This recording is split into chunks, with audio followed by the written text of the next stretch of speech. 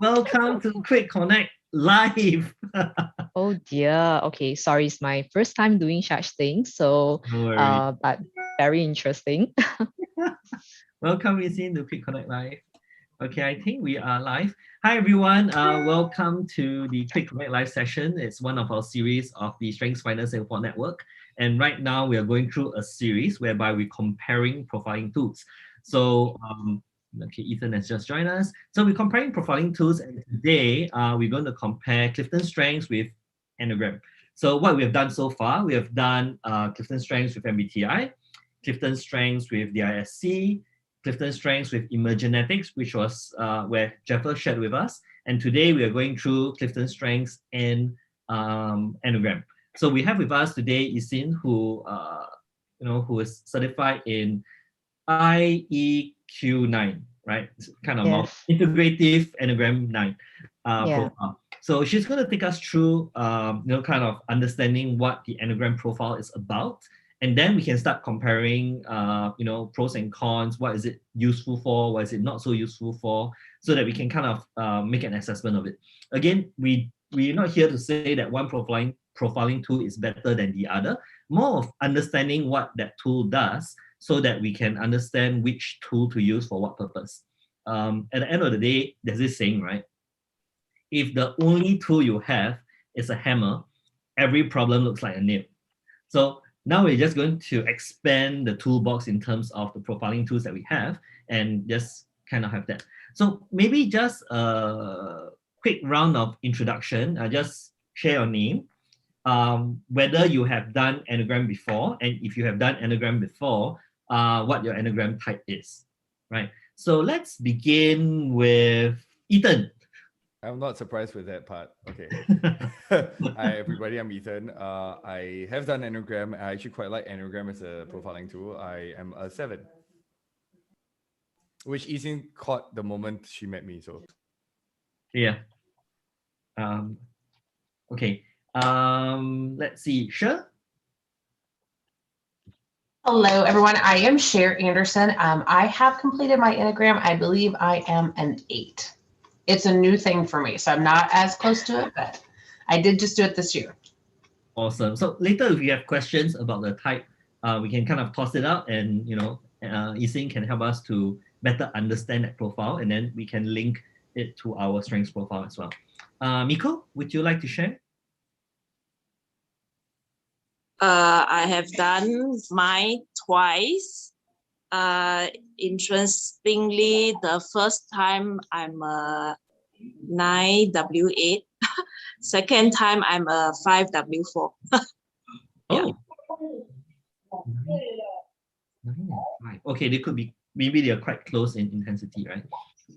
Thanks for sharing, Miko. Jeffers? Okay. Share myself, is it? Yeah, so just your name and I'm Jefford. My Enneagram, I'm a type 9. Type 9. Yeah, but I can't recall what's my other. I think it was the third one. It was a social section and something else. That's the the instinctual subtypes. Yep. Yeah, mine was the contribute one or something. I think it's social maybe. Social. Yeah. Oh, sure, you're a 7. Okay, cool. Sure is hilarious. Sure just High five. entered in the chat box that she's actually a 7. Oh. I lied. I'm a Oh. 7. Oh, then maybe the session today has to be more like a conversation and more fun loving. So we have 2 7s today. Okay, so Which is very rare. Is it rare? It's not that rare. In Singapore, for me, it's super rare. Like, to me, another 7 is like, huh? There is. Okay, so you've got another friend. Okay, we have Paylin joining us. Let's wait for her. Hi, Paylin. Oh, we know. Hi. Hello. Hi, Paylin. Introduce yourself and your Enneagram type. Okay, my name is Paylin. I'm a trainer and I just finished a full day of Zoom meeting. So my brain is a little bit fried. But I think I should be a 9 with a wing 1. Okay. And possibly a counter type 9. Counter? Counter type. Okay. So social type, I think we call it social 9. Social 9. Okay, cool. So my name is Alex. I'm a type 2, probably a wing 1. And I'm a 1-to-1 or sexual subtype. So I think everyone's introduced. So Yisin, time for you to introduce yourself and take us through a kind of a basic understanding of the Enneagram.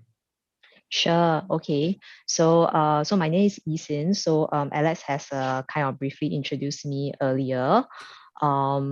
I am actually Enneagram Type 5, with a stronger wing 6, and also a social subtype. Okay, so maybe it's a bit technical, but I think most of you have kind of like experienced the Enneagram, the fact that you can talk about subtypes and wings, So I guess, none of you here are that basic to Enneagram.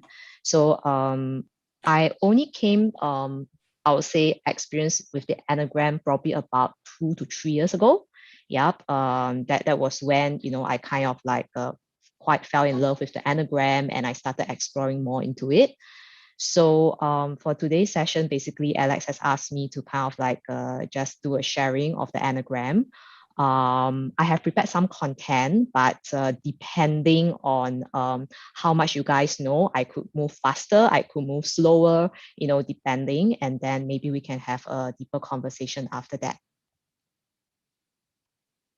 Okay, so I'm just going to share my slides. I hope Could I just have a works. request? Because I have a couple of friends who are interested in Enneagram. So today they are definitely going to watch the video. They are a bit shy to join us.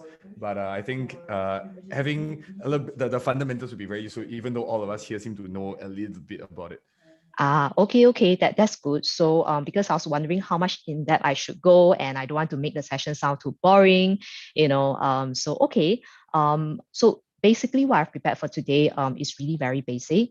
I have actually basically prepared a couple of slides that talks about what the Enneagram is about, the core types, and basically the whole mechanics of it. So you get to hear about things like the lines, the wings, the different health levels. I'm not going to be talking about, like counter types because that's really going too much in depth. So I'm just going to really stay on the surface, and then any questions we could have like further layers of discussion. Okay, I hope you're able to see my slides. It's an introduction. Okay. Yeah, okay, cool. Yeah, that's right. Yep. So so basically what is the Enneagram? All right. So Enneagram, basically how the name comes about, it is basically from a German term. So Enne basically means 9, and gram basically means points. So it's kind of like a picture of like 9 points. Okay. And basically it's a personality profile tool. And why Enneagram is different from many of the profiling tools out there is that it gives a deeper insight into the core motivations and fears that is driving our behaviors, our needs, as well as interactions. So instead of just showing that people are behaving in a certain way, it basically goes the additional layer behind the motivation. So what is the motivation that is basically causing the person to behave in that manner? Okay, so there are a total of 9 types, so 9 different style of beings. So basically what this means is that all of this different personality comes with their own set of patterns, whether is it mental, emotional, physical, and each of these 9 types have a certain identity as well as a worldview. So by understanding the Enneagram, how it will help us basically is to know what are some of our tendencies or probably some of our compulsions, so that we can recognize our patterns and be able to basically liberate ourselves, from some of these repeating patterns, that could be, like trapping us. Okay. All right. So before I go into the 9 types, I thought that it would be good to understand a little bit of utilization presuppositions. So Alex has briefly talked about it, a bit earlier, regarding different profiling tools. So I just wanted to probably just bring that to a deeper level. All right. So when we talk about personality profiling tool, nobody is kind of like a pure type, in that sense. So personality is really more of a more of, less of. So it's not about either or. Okay.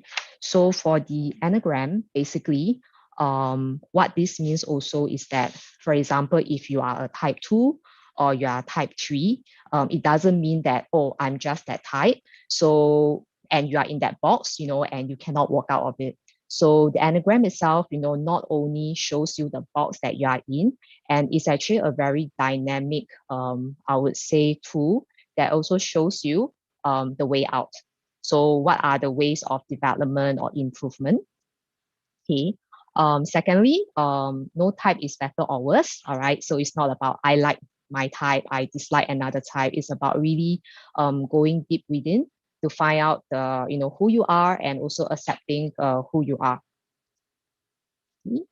So at our each different types, right, we could have our fixation, our worldview of things. But then, the purpose of the Enneagram is really to show you, how you can stretch and grow to be a better version of yourself. So self-discovery. So of course, we could be quite tempted, to kind of like a profile or type people, or sometimes we can get influence. People say that I behave this way, so I'm a certain type. So so Enneagram is also a bit about self-discovery. So the best person to really discover your own type is actually you. And that is actually through your own self-observation, awareness, and studying some of your patterns. Okay. And also validating. So sometimes we could be quite, I would say, fast to want to type or profile, someone. So do not just use like a one aspect just because a person behave in a certain way. We think that the person is a certain profile or certain type because, similar behaviors could actually, or similar patterns could be shared by different types. Okay.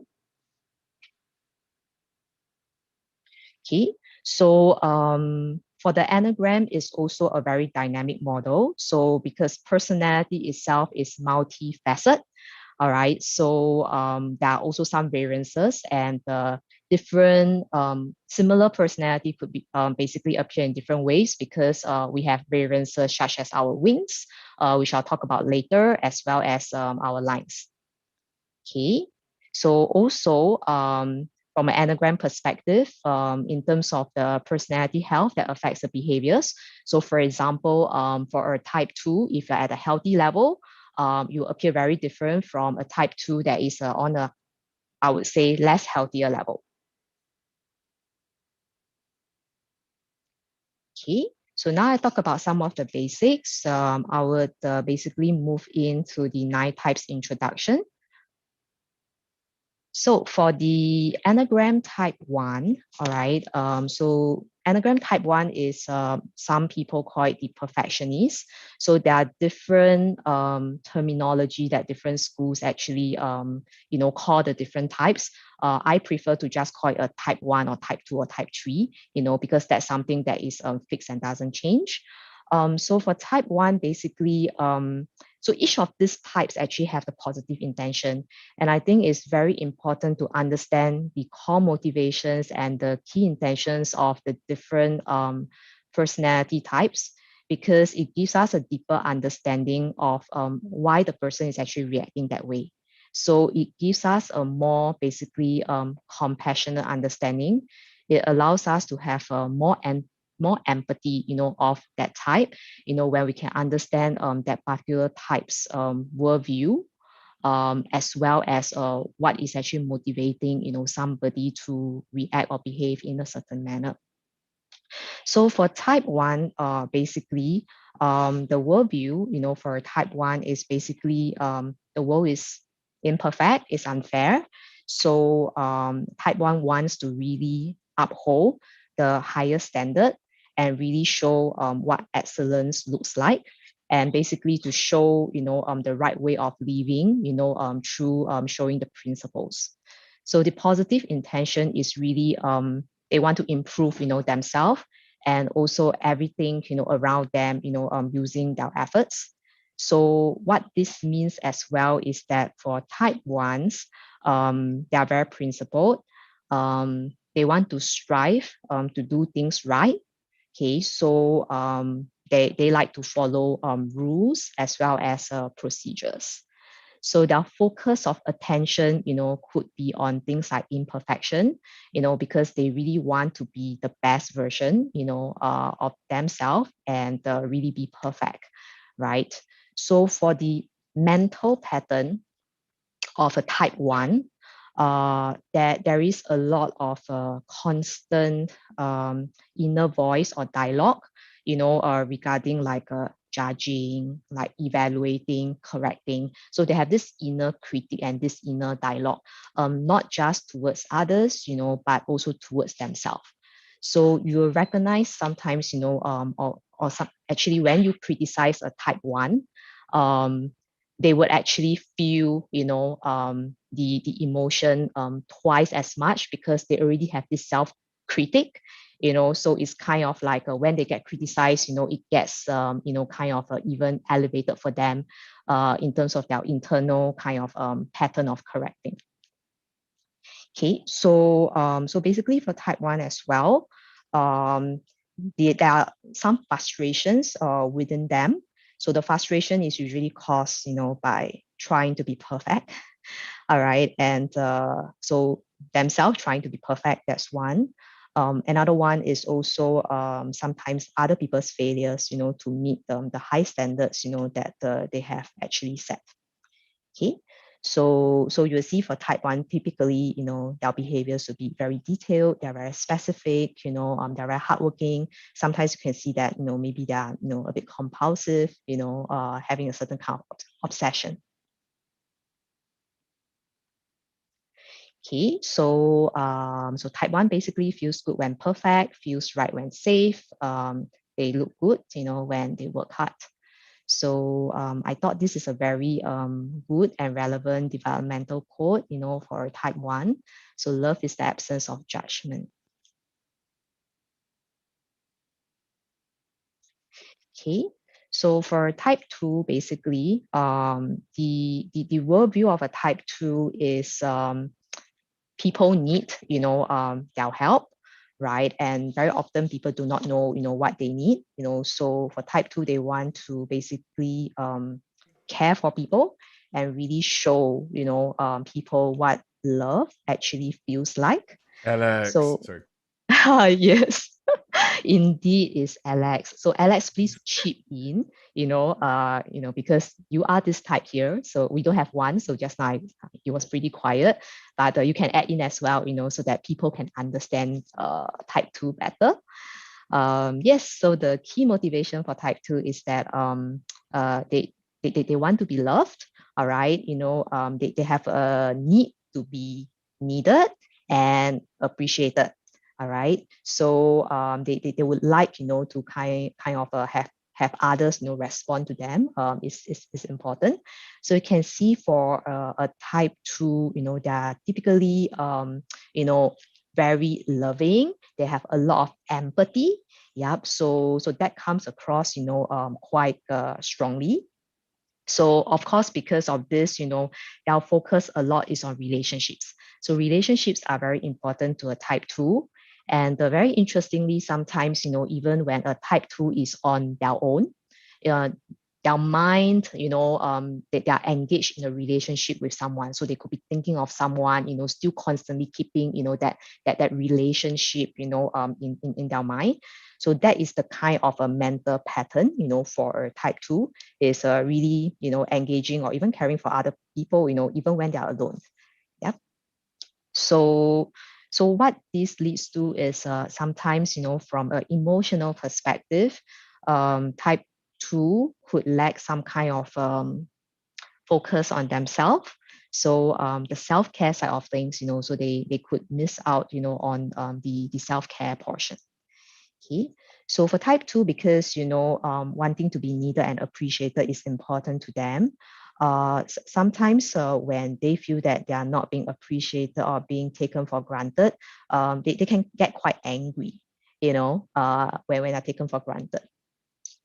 So the kind of type 2 behaviors that you will see would be someone who is very friendly, very loving, very supportive. So kind of like, very warm, very enthusiastic. Okay. Alex, Anything you chime want in to? here. You should chime in here, Yes. Alex. Yeah, I was thinking of what to add on. I think a big part of it resonates. And are you going to cover the 9 levels of health? What's healthy, what's not healthy? I don't think I have the time today, but I'll there's a cover lot a to very cover, basic level. Yeah. Yes, it's so much for the Enneagram. I don't know how much I can go in, but I will touch on a little bit later. That's great, right? Because one of the things I realized for myself is the level of health for my own type does come in, and it helps me to match what my expectation is. And I think for type 2s, and I'm also learning to be more conscious of my own motivations. Sometimes we give to receive. It's almost like, oh, I give so that I hope I get some love and some affection in return kind of thing. Okay. And I recognize that that's not always healthy. So I'm kind of learning my I mean, that's the reason why, the under emotions, right? When under stress, people can get angry and feel taken for granted. It's because there's a part of me, I'm not sure whether I speak for all type 2s, that actually gives sometimes a bit beyond what I can give, because I just want to be this caring, concerned, loving. I can say my percentage for type 2, even though my type 7 is like 98%, my type 2 is 96. So I can jump in on this part. Okay. I can definitely say that it's because I want other people to save me. I want other type 2s to come along and I've always actually believed in that thing of like other people saving me, because I save other people. So I mean, that's my mindset. I'm not sure about you, Alex. Not so much. I mean, the concept of saving isn't very strong for me. More like, there's the relationship, there's the giving back, there's the attention, there's That's saving for me, consideration, right? So that's saving for me. That is saving for me. Okay, so for me, it's just consideration, right? Like, just being thought of and things like that. So I realized for me to be healthier as a type 2, it's learning to distinguish between when I want to give because I want to give out of my own volition, versus when I'm giving because I'm hoping that I get something back. And that distinction becomes very important for me as a type 2 in kind of assessing how much to give, how I give, what my motivations are, and what my level of health is. So this kind of one of the reasons why I like Enneagram quite a bit, because I don't find strengths having that distinction. That, I mean, doesn't come out that strongly for strengths profile, but the type 2 helps me to get in touch with that level of health thing, which I think is very useful.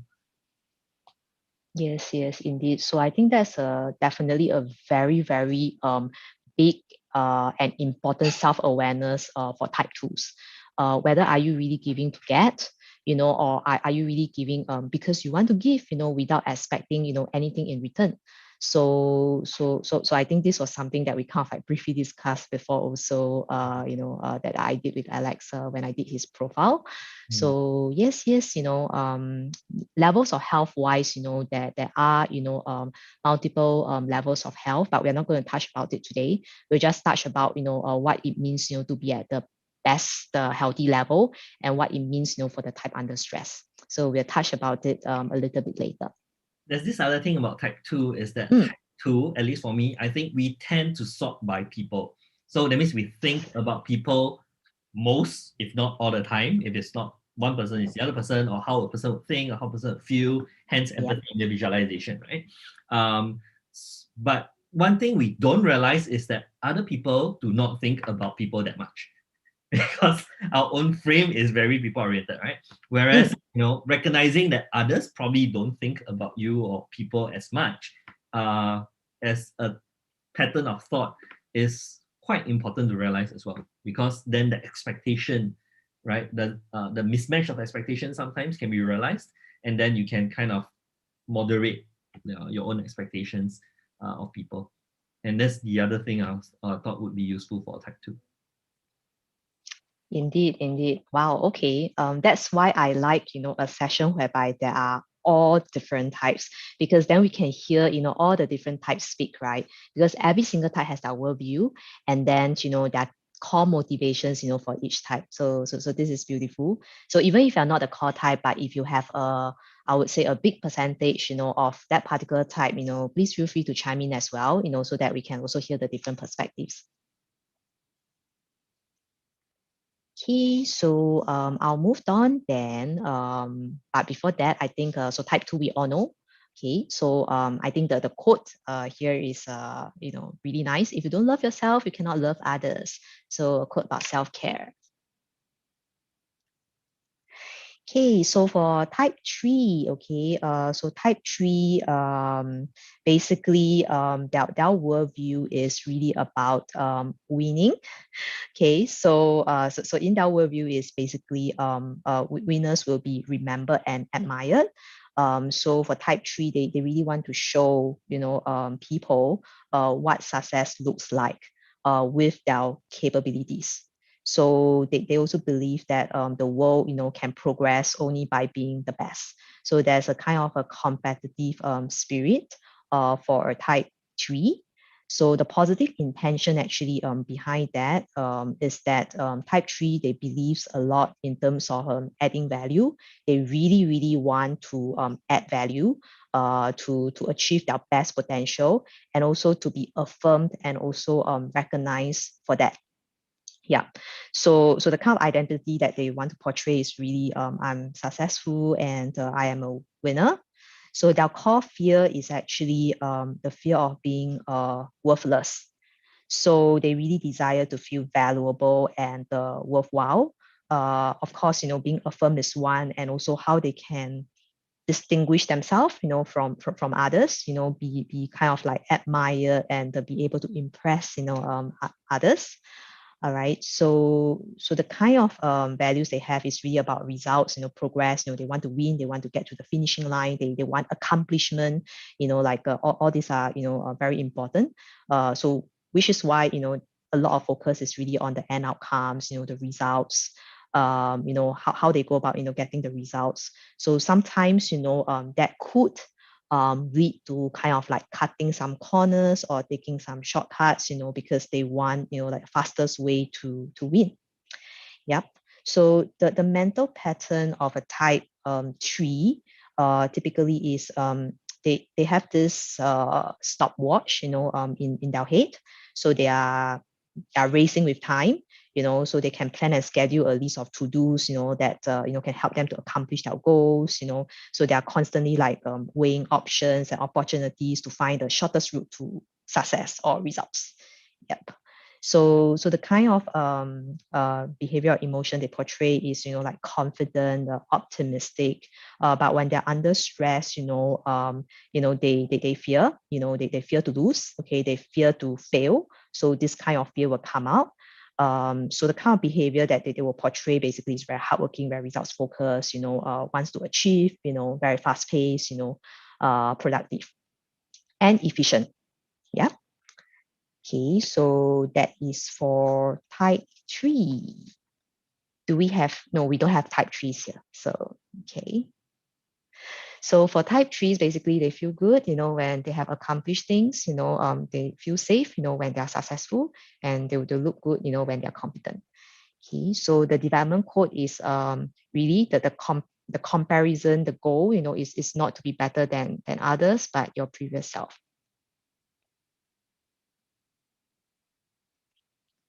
Okay, so for type 4, so type 4 is really interesting. So this is a type whereby it's a lot about self-expression, and authenticity.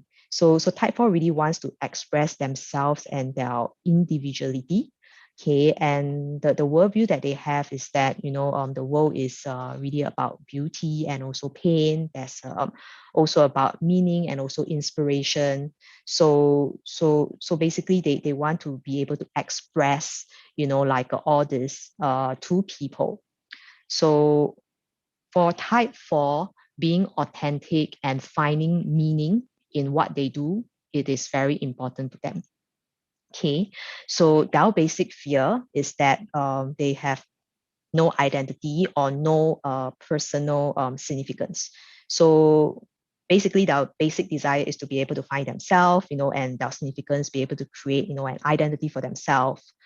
So some of the way, that they could, basically express themselves is through creativity. So you see that, they are able to very easily, see the meaning or beauty, in things. They have a lot of focus on living in emotions, because behind emotions there are stories. So they want to search, for the meaning behind, the feelings, how they can basically be unique, how they can express, all this individuality. So you can see that they have a very they're very sensitive, and they have a lot of deep emotion connections. So some of the mental patterns, is that for type 4, they like to kind of like reminisce, on the past. So like replay old tapes, recall the past, re-experience, some of those intense emotions, that they have been through, they feel, or even to kind of like dream or fantasize, some ideals, with a longing heart. Yeah. So they are very, very self-aware people, they are very sensitive, but they could also appear, quite reserved. Okay. So type 4, they actually feels all the time. Okay. So the emotional connection, is very, very strong. So because they are sometimes really very engrossed in feeling, in their own emotions, so the behavior that could be portrayed, could be they are more quiet, they are more withdrawn. Sometimes you see that they are self-absorbed, in feeling, so they could appear, sometimes, a bit, sometimes aloof, or even like a dramatic. Okay. So for type 4, basically, they feel good when they feel, okay, the emotions. They feel safe, when they are special, and they look good, when they are different. So they really like to be unique. All right. So the quote for development: through difficult experiences, life sometimes becomes more meaningful.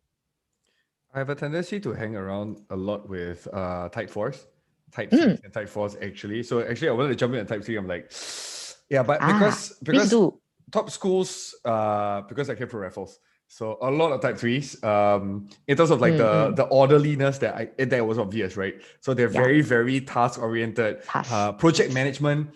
They're very like, no, you need to get this done now kind of thing. So that's their focus, right? Yeah. And they're very competitive. So competition will be super high on their strengths finder. My friends with type 3 type personality, always a competition on their top 5. At least that's what I know, because I knew quite a few of them. And then type 4, I'm a musician, so I hang around with type 4s.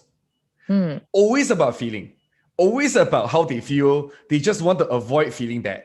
They want to feel alive all the time. That's the ones that I know. So it's like I don't want to feel bad. Then it's like they'll feel bad about feeling bad, about feeling bad, about feeling bad. Yes. Yes. Very true. Very true.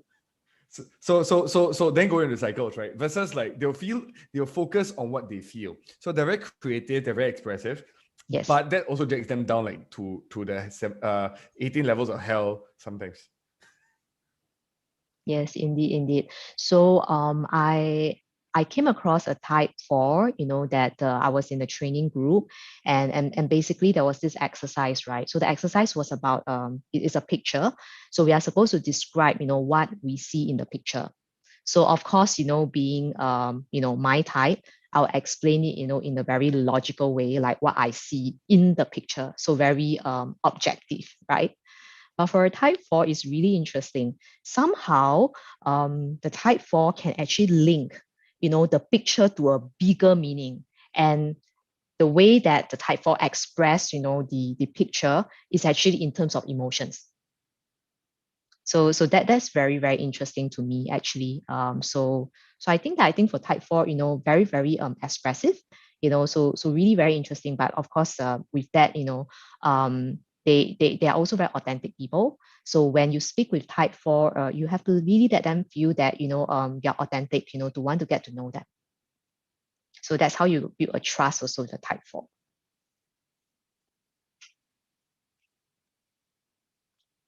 Okay, so for a type 5, all right. So for type 5, basically, the positive intention is really about knowledge. So they want to make sense, of the world and really contribute, their knowledge and mastery. So the key motivation is really they want to process knowledge. They need to understand. They have a very strong need to want to understand. So understand the environment, to have like a kind of everything figure out, and this is kind of like a way that they can depend on themselves, to avoid, like threats, from the environment. So type 5 is very much in their head. So they think a lot, they make a lot of sense, of thinking, through the head space. So they are very analytical. They are also a thinker. So their worldview is really knowledge is power. Okay, so they really want to show the world, what wisdom looks like. All right. So the core fear of a type 5 is really is a fear of being useless, helpless, or incompetent or incapable. So that's the core fear, of a type 5. And of course, their basic desire is to be able to be capable as well as competent. So you see the Miko is a type 5, right? So Miko, if you like to... Miko? Yeah. Yeah, so Miko said she did it twice. If I okay. recall correctly, first time was a type 5 and the second time was a type 9. 9, right? Yeah. Miko, feel free to jump in as we talk about type 5 and later about type 9 as well. What do you think? Does this resonate with you? How does it reflect the type 5 for you? So far, I think it's very true. Regarding what has been said, like being analytical and a thinker, and then the fears about being hopeless and helpless. Yeah, I think that's very relatable. Yeah. Okay. Yeah. So for type 5, basically a lot of focus, right? That they really enjoy intellectual like simulations, in their head, things like problem solving or even doing like very deep research, so because they need to know, right? So they want data to be able to support them, in terms of making decision. So sometimes for type 5, they can go into this thing called the analysis paralysis. Okay. So and because they are so deep, they want to know so many things, that knowledge. Sometimes they could put things in a more complex way that people may find a bit hard to understand. Okay, so so for type 5, because they're very much in their head, so sometimes they could appear non-participative. So maybe in a conversation or in a discussion, a type 5 may think that he or she is participating, but the kind of activeness is in the head, right? So yeah, I'm participating, I'm thinking a lot, it's a really interesting conversation, everything's in the head. But how others could view a type 5 could be is that, oh, okay, why is this person not sharing any feedback or even participating in conversations, so type 5 is just thinking, sometimes. So their mental pattern is really they like to watch people and the environment. So sometimes a little bit it's like an observer, right? So like a surveillance camera.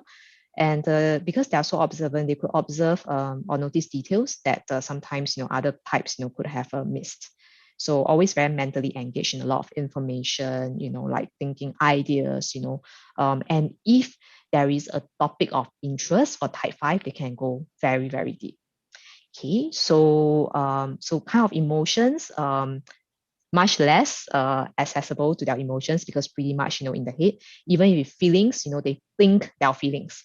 Okay, so so their behaviors, like I mentioned, sometimes they could appear more withdrawn or not participative. Can I ask about the type 5 for Miko? So do you feel very aligned with the type 5? So yeah. I couldn't hear what. So yeah, Miko, how do you feel about, like, do you feel like you're very, very aligned with the type 5, like the observer role? Yes, definitely. Yeah, because yeah, just to share a bit, right, about the type 5 being like, I was actually previously a researcher. Yeah, so Oh, it is very relatable to me.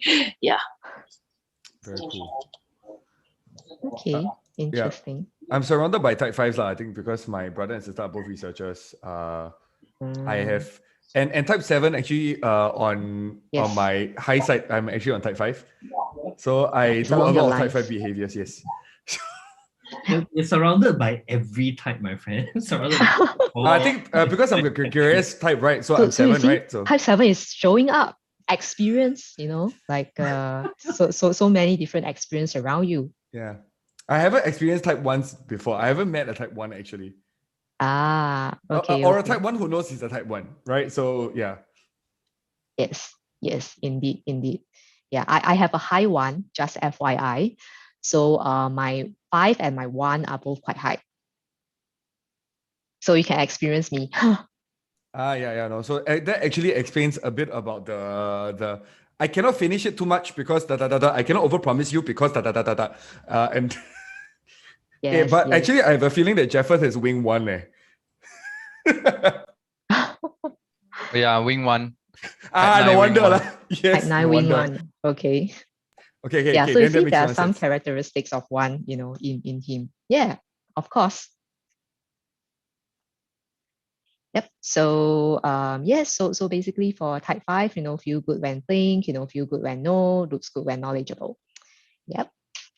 Okay. So for type 6, for type 6, interesting type actually. So for type 6, basically their positive intention is really to build trust and also have this sense of belonging.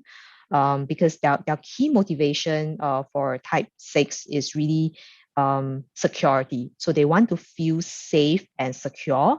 They want to feel that they are supported by others. So they will want to have certainty as well as reassurance. So the intention is really to be able to fight against anxiety and the kind of the insecurity feeling. So their worldview is really more of like the world is not safe, is threatening, so it's important for them, to have this level of security and certainty. So their basic fear is basically that they are worried about, being without support and guidance. So what they typically tend to do, is that they would do a lot of anticipation as well, and they will try to avoid risk taking, so that they can stay, in a more safe space. So some of their values you will see, they value a lot of loyalty, stability, teamwork and trust. Because of their worldview, they are very prepared, towards what could go wrong. Yeah, because it's very important for them to feel safe, right? And to have the security. So what this means is that they are very good planners for contingency. So for example, if you work with a type 6, a certain project, they can always say, okay, so what if, this happened, should we have a plan for this? Or what if, something like this happened? So you see a lot, or you hear a lot of like what ifs, whether it's a mental pattern or, that displaying, in the space, when you actually work, with a type 6. So of course, when taken to the extreme, people might view type 6 as more of a kind of like worrisome, or like, why is this person being so negative, why so many what ifs, we should just go ahead, but the true intention is that they just want to make sure that things are safe, and that's the positive intention, behind that. Okay. So for type 6, is quite interesting, because there's two, I would say, there's the phobic 6, as well as the counterphobic 6, right? So the phobic 6, you see that they experience fear, more acutely. But for counterphobic 6, they also experience fear, but they kind of like counter that, by actioning on it. So of course sometimes they don't know this stems from fear. So but actually it's fear that actually drove them, to be courageous. And so you can see that they have a lot more, I wouldn't say aggression, but you feel that there's a lot more presence, in that space, from a 6, to action on certain things, because they want to like directly face their fears. Okay, so that's the counterphobic 6. So so a lot of their behavior sometimes, it could be a fight, flight, freeze response, or sometimes they lack confidence, or aggressive, some less of the in-between type. So it's kind of like a either or, due to the phobic 6 and the counterphobic 6. I feel like I'm trying to understand, because as a 7, I had a very, very low 6 when I first did the test. Mm-hmm. I feel like I'm a counterphobic 6 if I would have to wing 6, but I'm a wing 8 now. But it feels very relevant when I was thinking, when you're talking about counterphobic, it's like I will do the opposite of what my fear tells me. So I will be neglectful and I'll jump right into the fire because I want to jump. Yeah, that's a bit of the counterphobic 6. Yes, they want to face it, so don't think so much. Let's go. Yeah. So tendency to make mistakes lah. Depends. Yeah. So I think it's good to have the self-awareness. So sometimes, I would say it's interesting as well, right? Because you also have 8, in you. So 8 is a lot on the gut, so it could be that gut, driving that response, as well. So I would say that it's not about, worry about making mistakes. So I think there's always a balance. So there are some types, that think for very long and they take a very long time to respond. There are some types that, like jump into things, more quickly because of certain like motivation. So I think it's always good to have a balance. Actually, it's quite interesting, right? So when I think of the Enneagram, I also think in terms of the 3 centers, right? Yes. The thinking, the gut. Center, gut, and yes, heart. Yes. 6 is right smack of the thinking center and it's disconnected from the thinking center, which also means that they kind of, don't trust their thinking, right? At least that's why I understand what that disconnection means. So it sounds like the emotions part comes in because, they're so disconnected and distrustful of their own thoughts and thinking that they just... Or they overvalue their thinking, because it feels like they are very backed on their logic, because I'm trustworthy in a planner, right? So every logic in my mind makes perfect sense. If it does not make any sense, kind of feeling. I think it's because they don't trust it. That's why they overdo it, right? So, okay, there's not enough of it. Because also, their overthinking comes from the not trusting their own thinking. I think so. It's possible. Yeah. Yes. That's right. So sometimes they don't even trust themselves, So why they are 6, right, is what Alex mentioned, 5, 6, 7, they're actually in the head space. And why 6 is on the triangle. So you could see the triangle here, right? So typically on the triangle, the types are, let's say for 6, right? It's a bit like an inward outwards thing. So for example, so they are very worried, in their head, they it's like a ping pong ball. Imagine like, playing, like table tennis, right? So they're in their head and then it's like, they're very worried, so, and that, kind of like drive them, to go out, they want to get certain things, sorted. And then, the outside world, is also, I would say quite unsafe, in that sense. So they jump back in again, so it's like going in, going out, going in, going out, that kind of, I don't know how to explain that, it's the back forth, thing that you will see in the 6. And then the 7 amigos, go make a decision lah. Yes, and that's how you can make use of the wings. Yes, because wings are resources. So if you are a 6 and you have a 7 wing, you can definitely use, some of the good traits of the 7 wing, to support you on that. Yeah.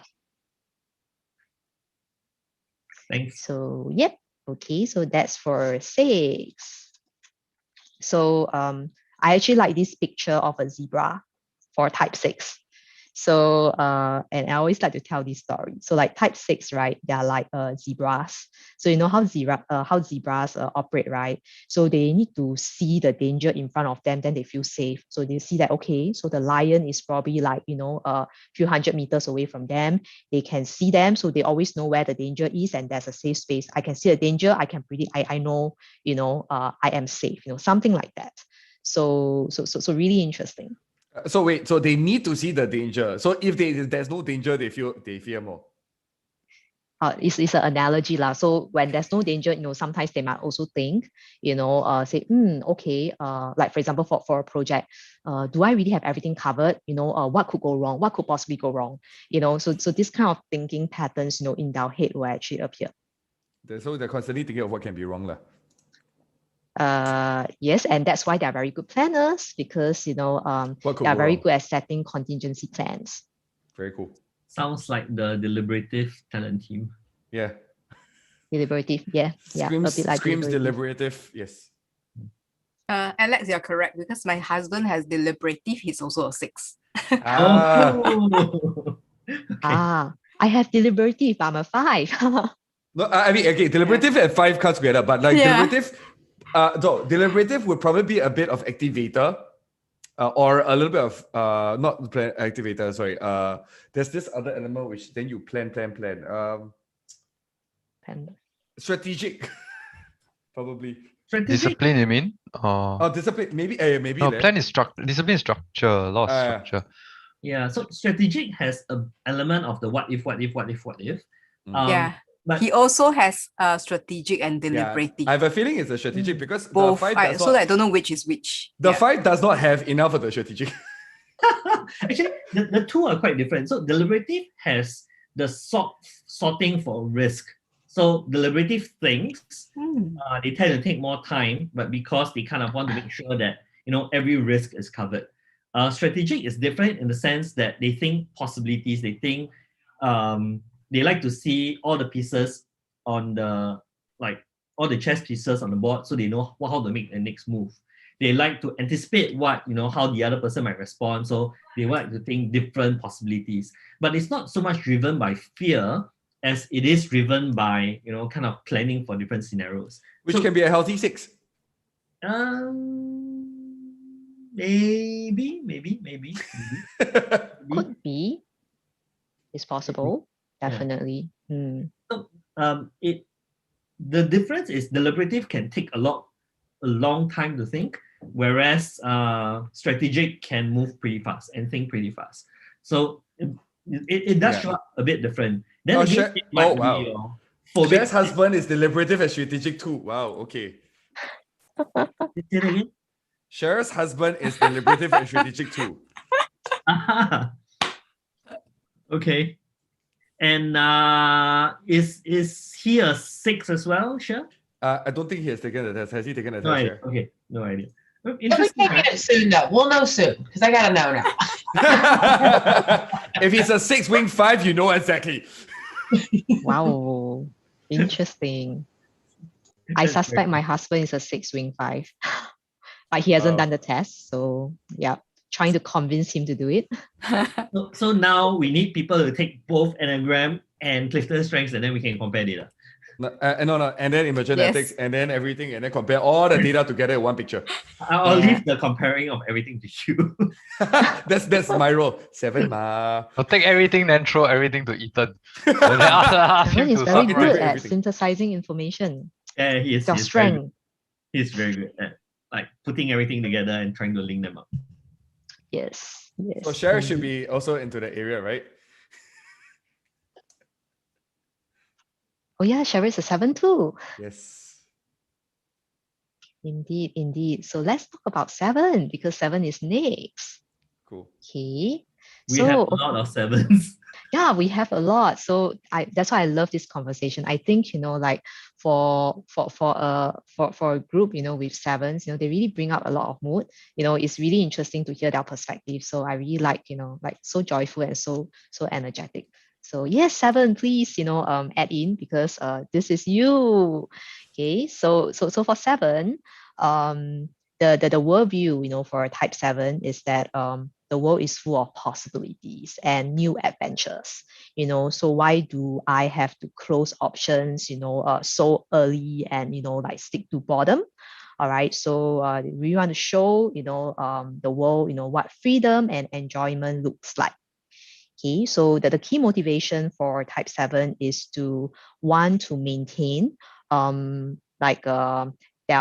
freedom, okay, as well as happiness. So another key thing about for type 7 is they really want to avoid missing out on worthwhile experiences.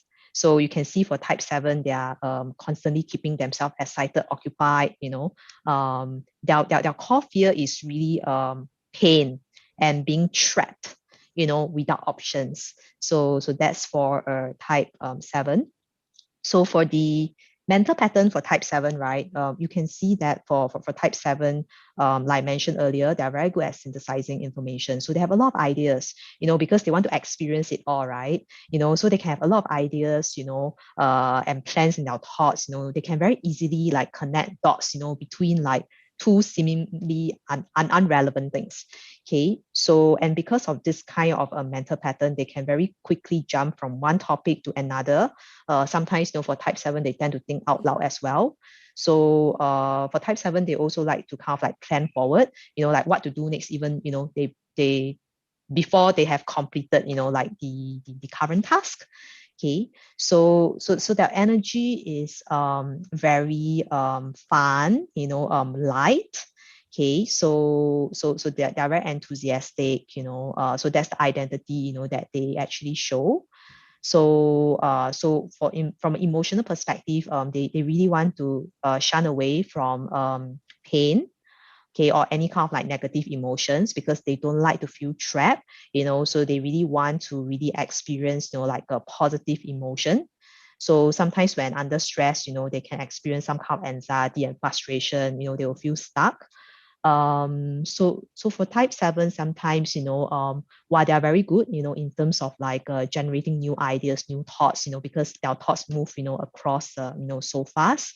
Sometimes people could experience them as, not very focused, like a bit jumpy, and maybe some kinds of lack of follow through, because before acting on this idea, they are probably already thinking about the next idea. So because their mind is always moving, very, very fast, in terms of the thinking, for type 7. I'll say this about Ethan, right? He's the one who will always, every single week, he was, I've got a new idea, I've got a new breakthrough. It's like, it's Indeed. Every day. all the time, right? So it's very interesting seeing that part of him.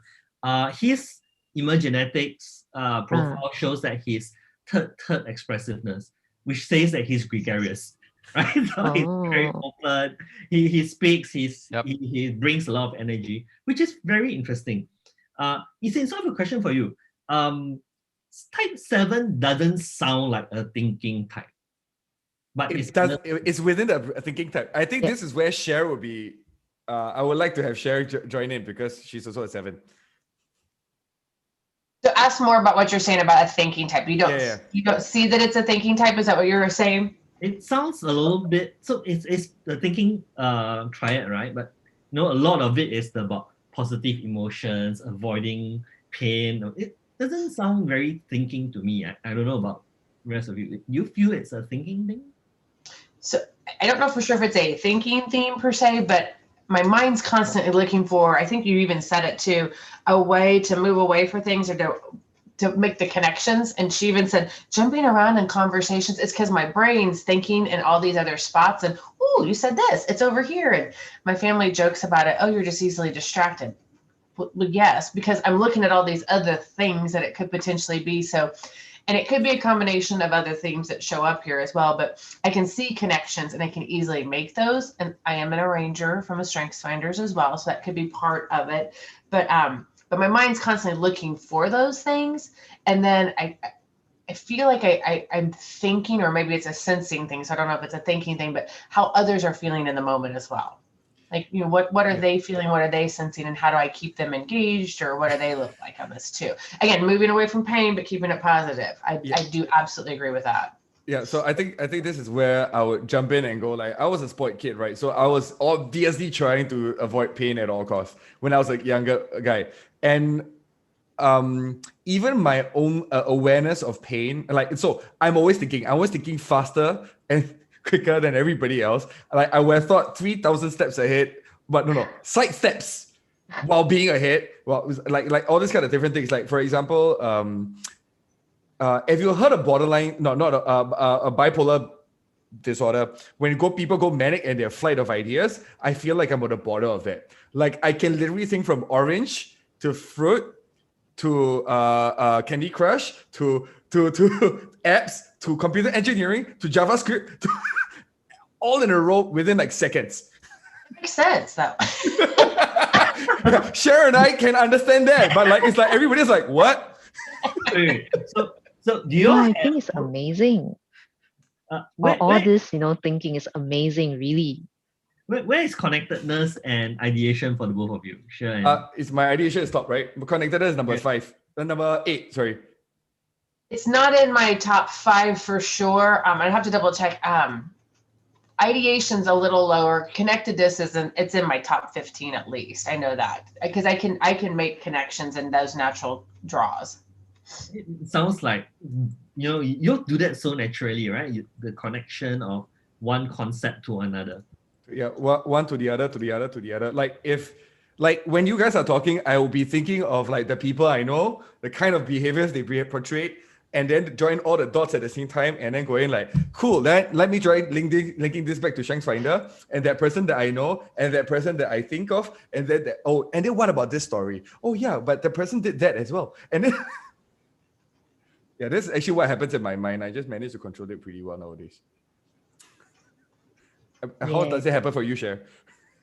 So I just was looking at my strengths. Actually, ideation is like 30. It's really far down, and connectedness is as well. It's like 26. So they're lower than I realized they were. I thought they were higher up. It's interesting. That's very interesting. Maybe how it presents itself might be different. Mm-hmm. Do you have high strategic though? What was that? High strategic. It's 15, so not super high, but that arranger really clicks in for me of arranging things, and it's my number 5. But then I also have like empathy. So like I said, I'm constantly sensing what others are feeling to pull them along, and individualization. So those, and again, these are in my top 10. So cool. Interesting. So sure, both of us have individualization and empathy in the top 5. Is that what I'm saying? Mm-hmm. My individualization's in my top 9. It's not 9 in my top 10. Fairly high, but our types are quite different. Okay. And I think how it presents might be very different, but the useful thing is like, but if you look at it, right, Cher and I both have that same kind of energy when we think about ideas, but we have completely different presentations of StrengthsFinder, which is very interesting. Like my number 1 is ideation, strategic learner, individualization, and stuff. But I'm pretty sure self-assurance is pretty high too. Oh, sure? Yes. Mine is 18. Wow, that's not high at all. So We're it's completely very different. interesting, right? When we look at our CliftonStrengths and our Enneagram, we kind of try to match certain things to it. I'm starting to think that maybe the Enneagram kind of tells you the fears and motivation, and then the strengths drives the expression of it. Yeah, sounds like it. Yes, I think that makes kind sense. of thinking, in that way. So Enneagram goes a little bit deeper to that domain of that fear and motivation. Motivation. And you have the strengths, which is the expression of how that. Somebody quite accurately described Enneagram as based on your traumas, like very strictly on your traumas. So which is the loudest? Because when I did the test, they specifically said before you had any type of coaching, healing, therapy, or anything, that you do the test first. I'm not sure about Isin. What would you say to that? Yeah, so I guess because for Enneagram, right, when we do the Enneagram, we try to take a longer term perspective rather than like any point in time. And my understanding is that for Enneagram, the more self-awareness, that you have, the probably harder, it will be, to type you, in that sense. So maybe that's why, the point that you're mentioning about that before you do any kind of healing or anything, because that's kind of like your root, like your true self, in that sense. And of course, after healing and whatsoever, you could be, let's say, at a healthier level of health, or maybe you have probably progress along your lines, to show a different version of self, maybe. Positivity is definitely type 7, but yes. It's actually in my top 10 too, so. Positivity. Yeah. Yeah. Yes. I'm just curious, Palin, what's your number with Enneagram? Me? No, Palin, and I hope I'm saying that correctly. Palin, yeah, Palin. Oh, okay. I'm a 9, even Okay. though I've got positivity as the top 5. It's cute, we have 3 in common in our top 5, so I was like, I wonder where you are too. So, okay. Okay. Later, when we get to 9, we'll probably talk a little bit about Palin's harmony. I think that shows up in the 9 quite a bit. Oh, yes. Yeah, That definitely. makes sense, Yes, Cool. yes. So yes, and the nine are generally quite positive thinkers, in that sense, because they, because of their worldview, of like harmony and everything is fine, positive outlook, kind of thing. Yeah, so maybe that's why. Cool. It's yeah, this is why Okay. this is interesting. So yeah, but the FOMO element is also very true for type 7. They always talk about fear of missing out. Yeah, correct. FOMO, yeah. So but I think I've gotten to a point where I don't fear missing out anymore because I'm like, I've already learned everything I can. We have done all the experiences. That's self-assurance. That is self-assurance. That is good. It's interesting to hear that from a type 7. They have learned everything. Wow, they have experienced everything. No more FOMO. No, it's like if I meant to experience it, I meant to experience it. It's okay. I've learned so much already. Okay. Yeah, that's why it's like so interesting to speak of type 7 because so much experiences in them, and really I think if we need to tap on people for ideas, I think type 7 is a very good source, of ideas because they always have like new ideas popping up their head. Yep. So yes, so basically for type 7, that's it. And then we moved on to the type 8. Yes, so for type 8, basically the worldview for type 8 is that the world is unjust, and they really want to challenge. Okay, so so basically they must show uphold justice and really show the world what the real strength looks like. So for type 8, their core motivation is that they want to be in control. So the need to be in control, is important for them. They want to be self-reliant. They want to be able to prove their strength, and resist weakness or vulnerability. So they want to kind of like dominate the environment so that they can stay control, of their situation. So of course the positive intention is that they take charge and they use their strength and power to make things happen. So for type 8, you see that because of this worldview and their motivation, for type 8, you could feel their energy very strongly. So it's a very assertive, strong kind of energy. So sometimes when you experience an 8, sometimes you could kind of like feel a bit like I would say taken aback by the kind of strong energy that they give. So the identity is really they are strong and they are a leader.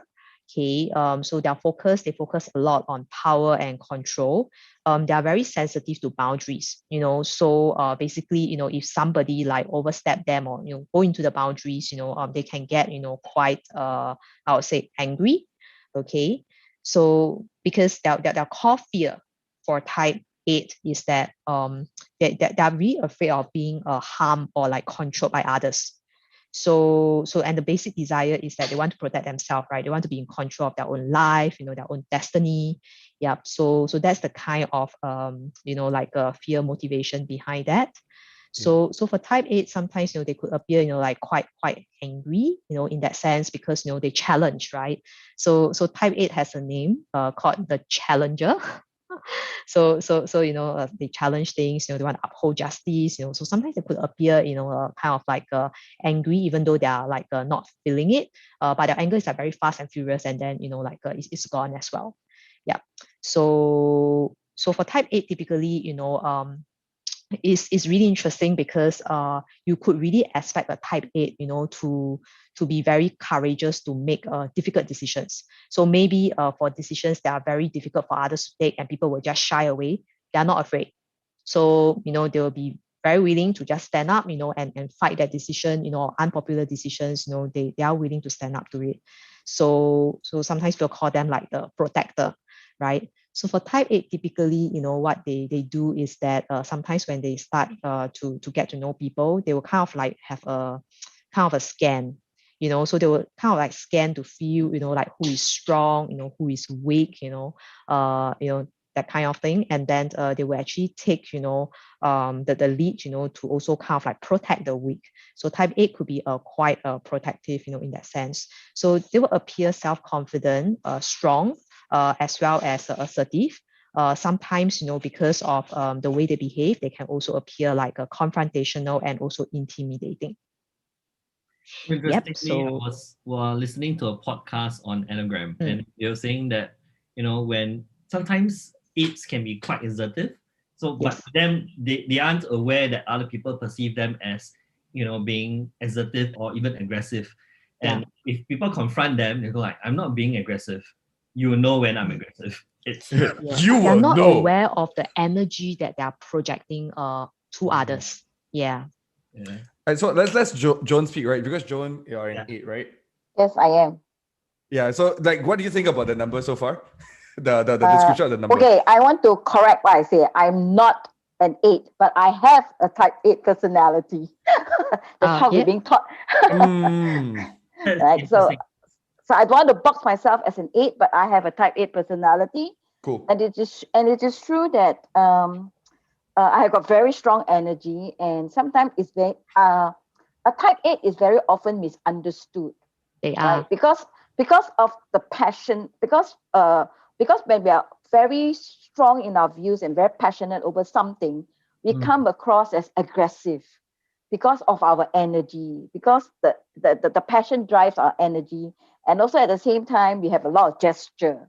So people always think that we are very aggressive, and to the extent some people think that we're emotional because of the fact that we come across as aggressive. Yeah, right. We are very assertive. I am assertive, and at the same time, I'm also very protective of the weak. I fight for justice and I fight for fairness. And how do I relate my strengths finder with my type 8? I don't try to correlate them, but what I want to do and how I apply my strength is having understood my type 8 personality, then I ask myself, how am I going to maximize my strength, right? To make my to help me to have a healthier side of the type 8. So my top 5 strength is I'm a maximizer, I'm a ranger, I'm a relator, I have got positivity, and I'm an achiever. So when I try to use my type 8 to my healthy side, and let's say if I'm in an environment where when I know that it is an environment that probably will lead to confrontation, I'm very aware of how can I bring in my strength, right? I bring in my relator, and in the environment, if I have a relationship with people around me, then I will try to pull back a little bit. And so in all my learning and development in NLP, and Isin will know, right? We are always taught to pause. So you are that Joan. Sorry, I didn't see you. So it's like I was like, Joan sounds familiar. So Joan, you did this course together with me as well. So yes, so she understands. Yeah. Hey Joan, so please help me. Yeah. So but what I love about this is if you see how Joan speaks, she really represents the type 8 with her voice comes in, personality. So fills up the guys. We know exactly what we're gonna go for here. She can command the space right off the bat. Yes, that's why they are sometimes misunderstood, right? Yeah, but they're very misunderstood. They are very loving people. So right. I don't know how to explain that, but because I have so many type 8 friends, like I actually feel very protected, and like it's very safe to be with them. So yeah, they're very, very loving people. Especially when a type 8 is very in touch with the vulnerability side of things, and they have a lot of self-awareness. They are really very, very loving people. Yeah, thank you, Yisin. Yes, I am. Really, I really are. For that, I acknowledge that I'm a type 8. Sorry, type 8 personality. Personality, yes. Yes, Yeah. Joan was perfectly right to say, and this is the part, that we also learn during our course, right? Because we want to avoid boxing people, say, you're type 8, you're type 7. So we try to correct, the way we say it by saying, we have a type 8 personality. So not we are a type 8. Yeah. So thanks for that, Joan. I think that this is where my 7 will come in and go like, but then it's just a colloquial semantic thing, because if you think about it objectively, well, so my mind will start running in the opposite direction and then start going like, but language wise, if we say I'm a type 7, for example, meaning is I recognize and I identify with the fact that I have a type 7 personality. However, I'm not going to say the full sentence that I just said just now because it's too long for me to explain. Yeah. so therefore, in our learning, Yisin and I also have been taught to reframe our mind. Yes, we try. It's hard, but we try. It's like reframing our mindset, Ethan. I know it's very hard, Joan. I was like, okay, I still always go back to the old one, but yes, I try to remember. Yes, I have a type X personality. No, I am a type X. Yes. So okay, on a psychological traumatic level, that in my mind of what I understand from psychology, which is where I maybe, because you guys are learning NLE, right, which is neuro linguistics programming related version of Enneagram, right? If I'm not wrong, looking at this, okay, is like this NL. So what I understand is Enneagram by itself is just Enneagram, right? You understand the 9 types, and that's where many schools offer. NLE is different. NLE is connecting Enneagram with our neural pathway. So my daughter attended this NLE too, and so she says that, what is the difference between NLE and Strengths Finder, right? So NLE is about understanding our neural pathway, right? How we operate, our fear, our motivation. And so our strength is not, I don't want to correlate them. Oh, is my 8 equivalent to my positivity or my maximizer? I don't want to do that. But what I want to do is really to bring my strength into good use, to complement my Enneagram. So with a type 8 personality, how do I use my Enneagram? How do I use my strength to manage my control, right? Enneagram type 8 likes to be in control, they're assertive, they're challenger and all those things, right? But how do I actually bring in my strengths to make it a success for myself, to use my strength successfully, and for the success of other people around me?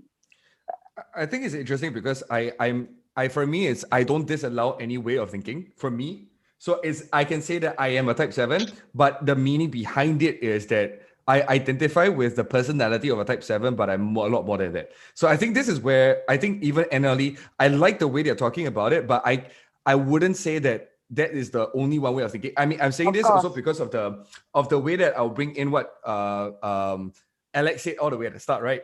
If you only use one tool, you only think one way, right? So it's the same way in which I will go like, I will entertain all ideas. And I think, I do think that it's useful to think that way. I think the meaning matters more for me. I like the meaning behind what they say, which is do not pigeonhole yourself into one character, one type. I just don't think that there's only one way of doing so. Yeah. So I also believe that when we are doing a profiling for ourselves or for our coach or anybody, I think importantly is to bring them out of the box. Bring them out rather than boxing them up. Bring them out of the box and help them, show them the richness of what their profile can help them, to grow holistically. I mean, earlier Alex talked about, the 7, are they the thinker? They don't seem to be the thinker and all that. But I beg to differ, because I realized that 7, because I have a 7 wing, right? A 7 are the people who really can think on the spot. They can think on their feet, right? You throw them into any environment, into a very tough environment, tough meeting or presentation. When you throw them any question, I think they have the ability to think on the spot. They can smoke their way out, but yet they are smoke their way out. It's true. I'm saying this. It's how I've been getting out of a lot of mess, so it's okay. So plus your own self-assurance, right? That Which brings is out the coming from my confidence 8. in I'm wing 8, so yeah. So this is about, how we show up holistically as a person with our Enneagram type and with our strengths type. Yeah. And I think from a NLP perspective, the reason why there's a distinction between the I am and I have is the distinction of logical levels, right? Yeah. So using Robert Duke's model of logical levels, Yeah, that's identity, right. so it's spiritual, right? Or universe, depending on which model you adapt. Then you have identity. Below identity, you have I think values and beliefs. Values, yeah. And so on and so forth, right? So when you say I am, you're talking about a belief at identity level. Yes. And then when you say I have, you're talking about a belief at the values belief level. So I think from NLP perspective, that's where they're trying to peg it. Yes. And therefore very specific in the language. But that's also the semantics of I am and I have, because I refuse to identify my own being with an identity. So that's also the other part where on a different level, I which is why the language is a very fun play for me. Again, type 7 comes in and goes like, yeah. So, so it's like but I say the meaning behind it is beautiful. Yeah. And my connectedness will help you pull up everything and say that, but your non-identity is a form of identity. So the thing is I identify with everything. No, so that's the thing. I identify with everything. So the fun part about this is I identify with everything, yet I don't identify with them individually. Which is part of the identity. Which is So I'm 7, but I'm also 2, and I'm also 6, but I'm also this 8 and okay, never mind. This is a very fun discussion. Philosophical conversation already. This is a very fun discussion because you have quite a number of people who are familiar with NLP. Right, so you're saying, John, both of you have taken the NLE thing. Jeff is NLP coach. Yes. I've taken up to my master prac. So though I haven't completed my homework yet. So I can't officially say I'm master prac, but I've completed my course. Practice masterfully. Yeah, masterful practitioner. So you can say that, right? So I mean, I'm constantly looking for ways to use NLP, and that's the reason why we start looking at this, and we can even go all the way down to how I use NLP to manage my type 2 thinking, right? So we talk about how do we manage emotions, what do we do in our heads, what we think, modalities, how do we future pace, how do we, well, in NLP, you call it fast phobia cure, right? And just to summarize the whole thing, how do we then take down negative emotions and reduce it so that we can replace it with something else? So NLP, I find, kind of cuts across the spectrum for, whether you're doing strengths or Enneagram and all this, but it gives you that new way of thinking. And one of the things that I like what Richard Bandler said. Richard Bandler says this: you don't have a choice until you have a choice neurologically. Okay, so I'm sorry, this kind of terms for me, science mind goes, but that's a different story.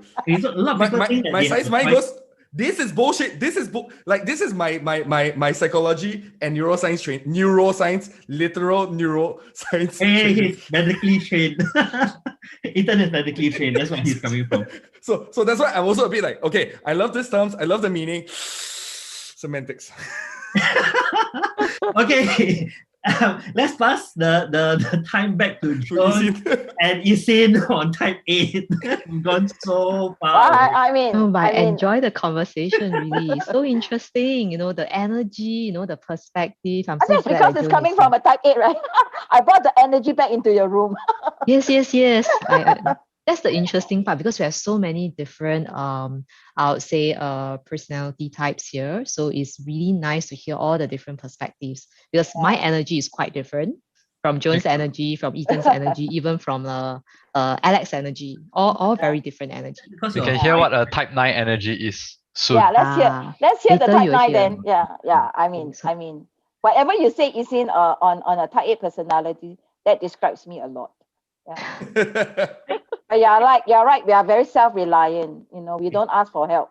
I'm going to come back to the line, right? The linkage. So for me, my cycle of disintegration goes to type 8 for type 2. Mm. So when I get stressed and upset, I become average to unhealthy type 8.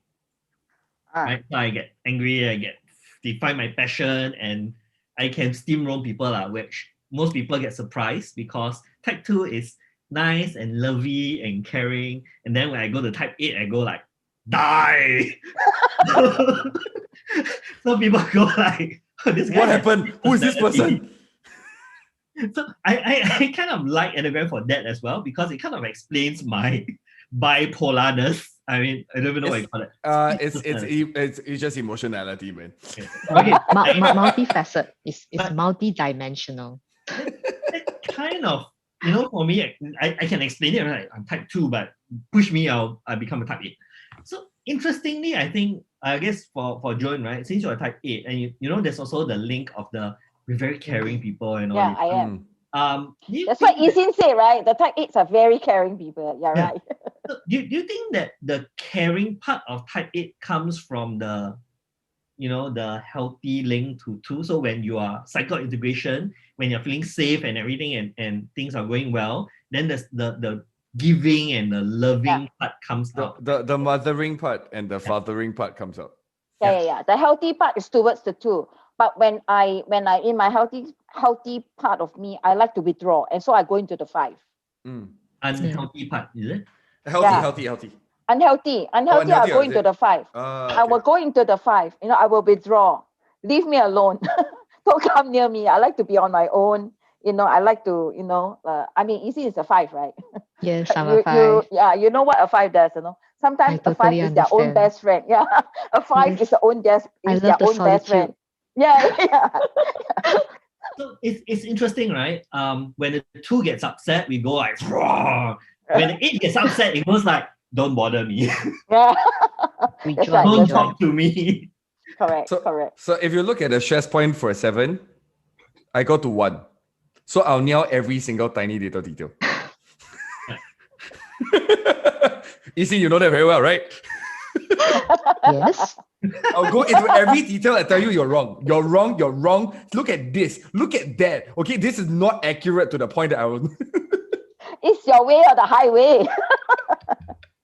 Yeah. He just did that, right? For everything we say, neurologically, so no, semantically speaking, that's what I'm saying. Oh, the I am and the I have. He goes like, no, this is semantics, it's language. Okay. So I mean, I don't know. That could be his 7-1 part talking. No, I'm sure on my 8 and 1 when I do that kind of stuff. I like where the conversation is going, because you see that as we start talking about it, we're starting to introduce other concepts, right? Start talking about where we're moving to as the link, the triads, the thinking, feeling triads and things like that. So really getting into quite a bit of meat as far as the Enneagram is concerned. Yep. Yummy. Indeed. To be honest, it's very hard to cover Enneagram, in like a few hour session. There's so much to talk about. So I really love all the different perspectives, that all of you are bringing in here, because especially you all know more about the Enneagram. So all these perspectives are very, very, very valuable. Yeah. Cool. Good. Okay, so we move for the type Our favorite 9. guys, our favorite people. Love Jeffers and them. Palin. Okay. Let me slow down. So Guys, so chill. That's right. So for type 9 profiles, right? So that their worldview is really about peace and harmony. So basically they believe that everything will be fine, if we all stay peaceful and harmonious. So things will basically unfold by itself, if we just let nature take its course. Okay, so that's the positive intention behind for type 9. What they wish to do is be able to bring peace and harmony for themselves and also to others, through compassion and understanding. So the kind of identity, that they will show up is very harmonious. So they're very good mediators as well, because they want to keep the peace and also the balance, and also to create the kind of harmony in their environment. So for type 9 profiles, there's a tendency to avoid conflicts and also tension, because they just want to preserve things the way they are. So they would resist, whatever that would upset, or even like disturb them. So to avoid the conflict, they will be willing to go along with others to kind of like keep the peace and the harmony. So for type 9s, they could also maintain a more like familiar, kind of like routine, is to help themselves feel safe, and not disrupt, the kind of like peace and harmony within them. So sometimes because they tend to go along, with people so much, or just going along with the flow, they could be seen as invisible. All right. So the kind of pattern, mental pattern that they have is basically they tend to really have a positive outlook about things. So sometimes they could just simplify issues and say that, oh yeah, everything will turn out fine. It's okay. Yeah. So for type 9s, from an emotion perspective, they may not be very in touch with their emotions, because they are, they sometimes they take on the personality, of others as well, because they go with the flow so much. So under stress, sometimes they can tend to be, like stuck, so it's hard to get them moving, like a strong inertia. Okay, so the kind of behaviors, that you could see from type 9 is, the kind of routine, repetitive, behavior, sometimes procrastinate, because they just want to manage and maintain the kind of peace and balance, at your own pace. Yep. So energy wise, would be a bit lower, slower, to keep comfortable. Yep. So that's the kind of energy, type 9 typically would exude. So that's for 9. So anyone want to comment? Someone. The 9s, please comment. Yeah, Peilin, Jeffer. Peilin, go first lah. My type A says that. Oh, you have an 8 wing. Right. It was Okay. 30 lah, I think the intensity, not that high. But 30. How do you know it's 30? I don't even have a number to it. I did the IE9 version or something. Right. Okay. Maybe I Depends should on the version attempt you that do, version. Yeah, so I don't have a I know I'm getting a little bit more assertive, but I don't think I'm not sure whether that counts for a wing 8, probably a wing 1. So yeah, generally I think I like things to be slower and more relaxing. Even when I lead my workshop, I'll start off with, it's going to be a calm, relaxing, fun workshop. Please enjoy yourself. You have been working very hard. Please relax. That's how I set the tone for my workshop, and that's how I lead my workshop. So that people who are very fast-paced, they can take this chance to slow down. Yeah, so I think when you talk about this part about bringing peace and harmony for people, that doesn't come through as clearly to me. What I feel more strongly for is getting people seen, feel, and understood.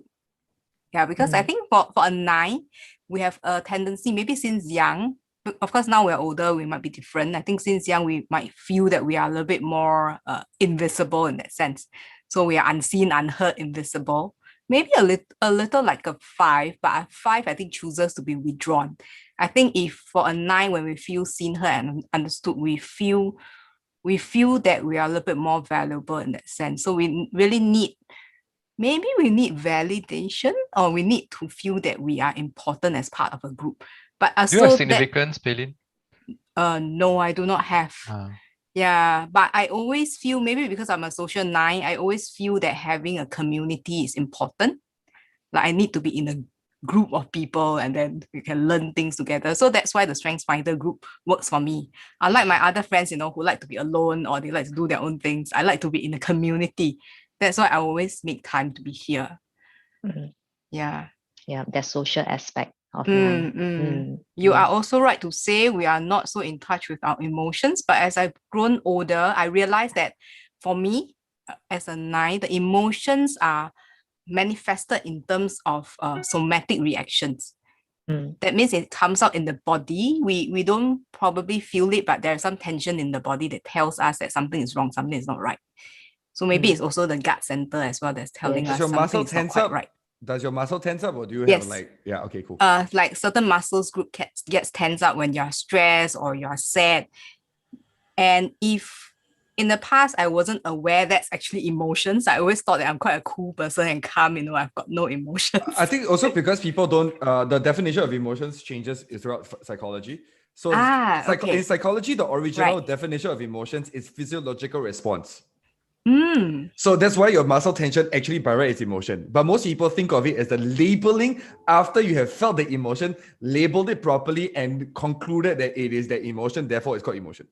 So it's the definition changes throughout psychology as well. So that's why it creates like this. This is my one coming up.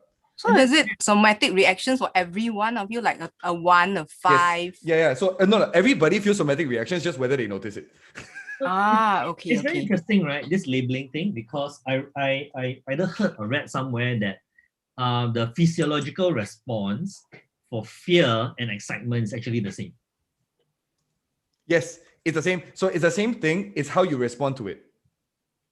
So you feel the same. Your anxiety actually all are adrenaline. Right. Yeah. But here comes the thing. It's what we label. So I have a realization recently how to organize this literally neurologically. The information and the different centers that get triggered along this pathway that I discovered recently, that basically as long as your amygdala is triggered, you think it's fear. You can deregulate your amygdala with the same reaction and you feel this excitement. So it's a very different stress response. It's also a reframe, right? Of the, I'm feeling this means that. So no, actually, because the thing is that you can literally you need to reframe it, but you need to not suppress the feeling. So there's a thing, right? Some people try to reframe by going, I'm excited, but rather than saying, okay, I'm feeling fear, let me move it to excitement. There's a difference between the mindsets. There is the I'm not versus versus the feeling of like because some people think that reframing is forcing a new concept on top of it, versus, and you can say that they're lazy or you can say that they're relaxed. It's the same. Yeah. So I can say that I think that I'm lazy. My label right now says that I'm lazy, but actually, truthfully, I'm just more of a relaxed person because I want peace. I don't want to kanchong. I just prefer not to kanchong. I just prefer not to worry about this. And I guess at the end of the day, how we label what we use, what we do with it, we need to remain mindful of whether it's useful in that particular context. Yes. Right? Because you could have, your house could be on fire and you go like, I'm relaxed, I'm just relaxed here, guys. That's okay. Fire's here. Don't worry about it. We tell me it's appropriate response. Okay. Appropriate response. I mean, there's also a difference between your feeling thought connection. So whenever you feel something is off, it's probably you're thinking something is off as well. Similarly, it's the labels, right? So I think it's a cycle. So how you think is similar to how you feel. So they do affect one another. So as a fellow type 9, I can respond very well to under stress. We go to 6 very often, right? Being very anxious, super deliberative, I think. We become the master procrastinator. Cannot move lah. So that affects us. For me, I think more internal peace comes through more for me lah. Yeah, I used to value harmony between people, but less of, because now I know I've got friends like Ethan. So I know that harmony is not him, or not what he show up as, right? And that's the value he bring, because it's not sometimes great things doesn't come along because it's harmonious, right? It comes along because it's disruptive. So I'm a positive disruption rather than a negative one lah. Yeah, they always say the best coach is this word called loving disruption, right? So if you lean on loving too much, then you're just like a very good friend. You never help the person to shift in their thinking. But if you disrupt too much, you're just kind of an asshole lah. That's why you need kind of both to coach somebody. Loving disruption. I love that term. Loving disruption. I shall use that as my number one term already, because I'm 7 wing 8, right? So I will be laughing as I'm challenging you.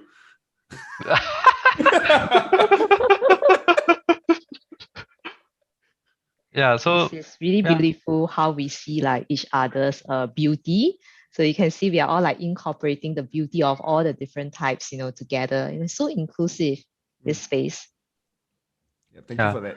Interesting. I'm inclusive of understanding people's diversity of strength, but I maybe from the includer standpoint of StrengthsFinder is I don't include people or don't consider including people. There's a difference between inclusive and includer lah. It's my 34th talent team, I think. Every time my email, I miss out the people I need to CC one. So that's my There's a difference, right?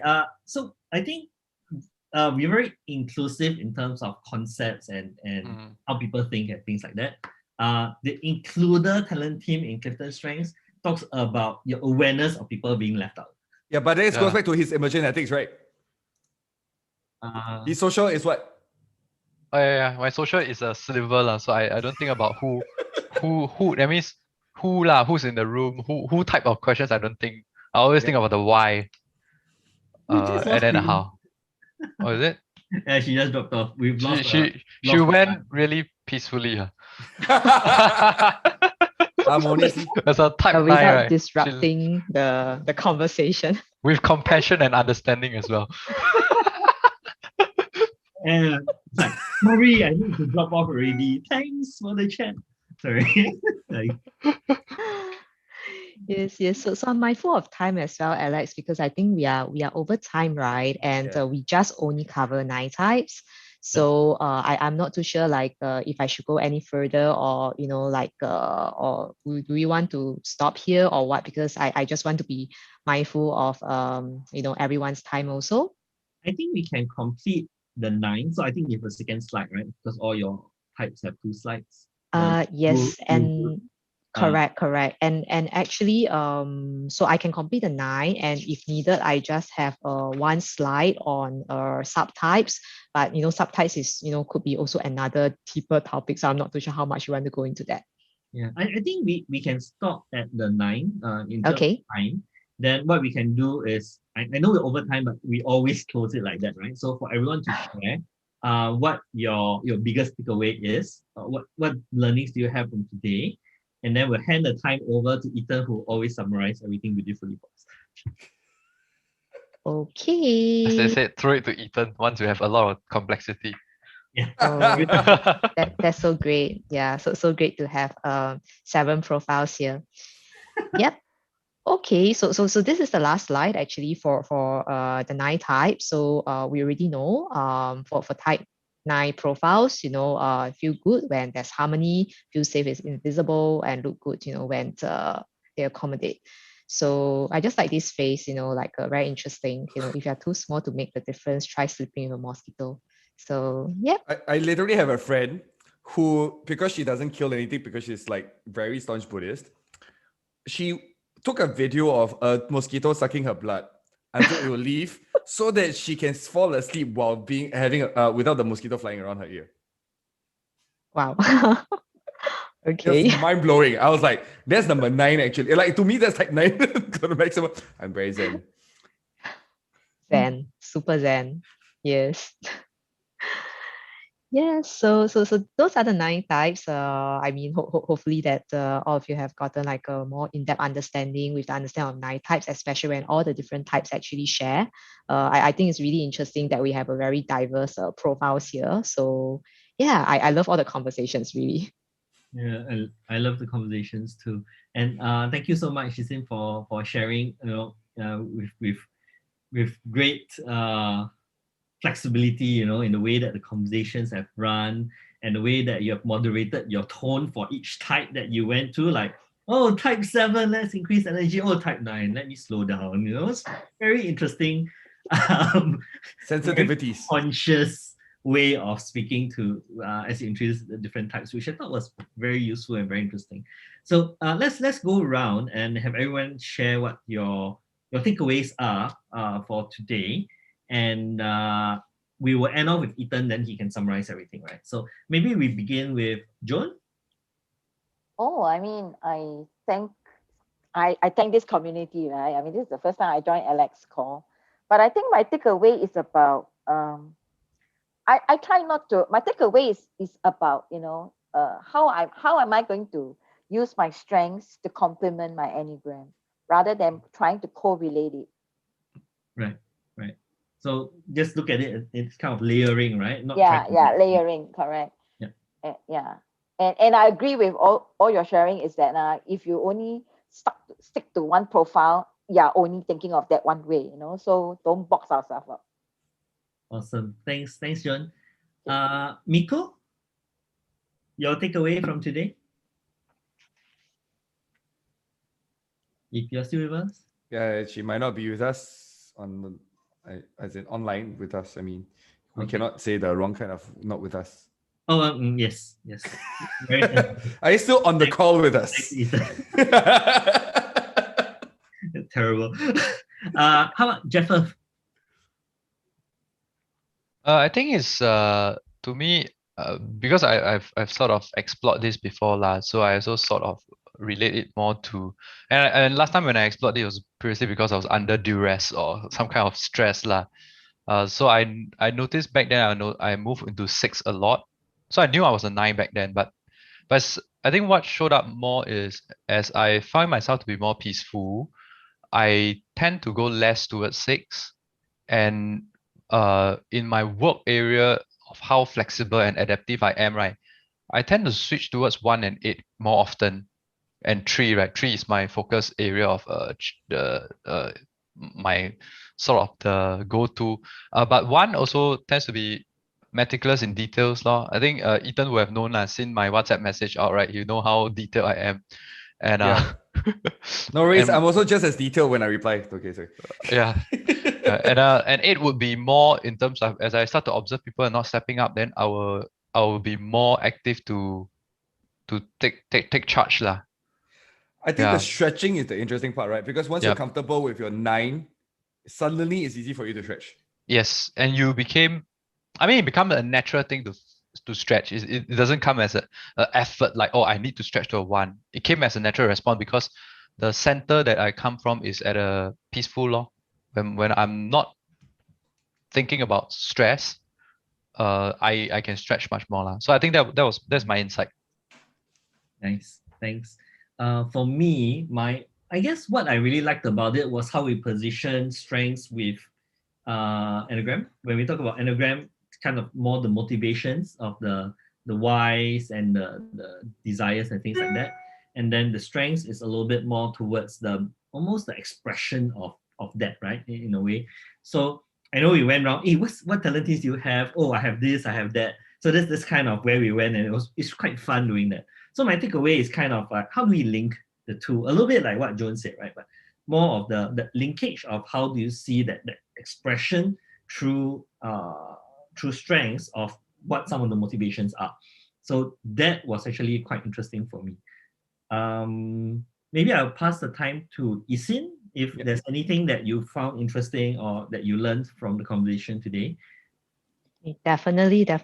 I think I really enjoyed like all the conversations and trying to understand also deeper in terms of how like Enneagram also complements with strengths finders. I especially like what the Joan says about complementing, right? So it's not about the correlation here, but knowing, let's say, your Enneagram profile, how do you use your strengths to kind of like complement that. So and then also I also realized that I think for strengths finders, right, some of the definitions could be different from what I see as a word. Maybe I define it that way, but actually it's a different meaning. So I got to know some of that today. Yeah, so I thought, thank you for this session. I learned quite a bit about strengths finders as well. Thanks, Ethan. Okay, so Ethan, over to you, and then you can wrap up. Yep, cool. Right, so we started the session with a goal of putting Enneagram, and I was just talking about the comparison between the two. But then, and we started with 1, but sadly there's no 1 within us.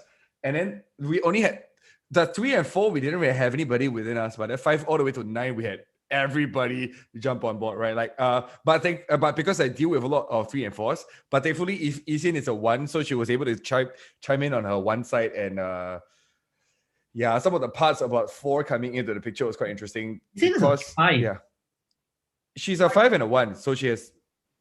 Yes, my top 2 is 5 and 1. Yes. Yeah, that's what I remembered. So all these little details. So I think this is where the fun part about this really went on, because the moment we started hitting the points, we started sharing stories, we started trying whether it might match with StrengthsFinder. But the more we went in, I think I really loved the part where Jeffeth came in with his massive statement. Let me read this out loud. Enneagram excels at telling you why you do what you do. What is at the root of your motivations as your best self and also at your worst? What are the general pitfalls to look out for and avoid as your type? How do you know when you are moving from disintegration to disintegration? And what might it look like to pursue deeper wholeness and healing in a way that fits you and your soul's needs? StrengthsFinder tells you how you do what you do. By design, it is looking for and focusing on what profoundly right with you. What is profoundly right with you, right? So StrengthsFinder is trying to ask the questions, what is it that you do best? How do you bring your best self to your life personally and professionally? How can it improve your relationships to understand your strengths and those of the people in your life? What are the things that you do with ease, excellence, and enjoyment? And it's really great helping you uncover processes that you utilize to greatest impact. So I think this is where it's very useful, because also when you talk about healthiness, the thing about stretching to 3 and 8 for Jeffeth, right?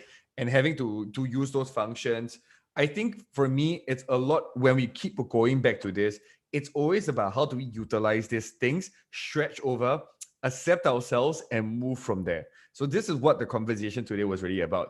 I'm just really glad I had a fellow 7, and I could not tell that Cher was a 7, to be honest, for the longest time.